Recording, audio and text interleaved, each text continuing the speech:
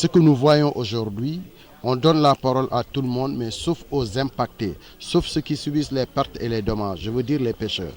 Très souvent, c'est les experts qui ont la parole, mais sur l'exploitation du pétrole et du gaz, on a écouté tout le monde, sauf les acteurs. C'est pourquoi nous avons décidé de donner la parole aux pêcheurs pour qu'ils disent comment ils perçoivent l'exploitation du pétrole et du gaz, parce que c'est eux qui subissent les dommages dans la pêche, c'est eux qui subissent des dommages dans la perte de leur matériel et c'est eux qui prennent les pirogues et partir en Espagne en y laissant leur vie. Quand nous disons nous avons 718 km de côte, c'est une opportunité pour la pêche, c'est une opportunité pour le tourisme et vous voyez tous les conflits qu'il y a dans l'aménagement d'hôtels, d'activités autour du littoral.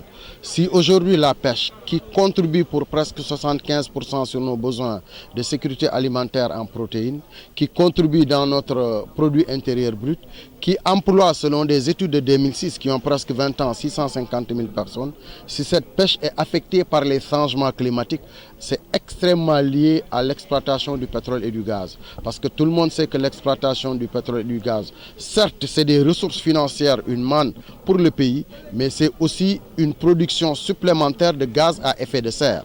Et si nous produisons des gaz à effet de serre avec l'exploitation des énergies fossiles, nous contribuons à l'empreinte carbone du Sénégal. Donc, directement, nous travaillons sur le dérèglement climatique. Plus de chaleur, plus de pluie, davantage d'inondations, une mer plus salée et une mer plus chaude ou plus froide. Et ça a de l'impact direct sur les stocks halieutiques.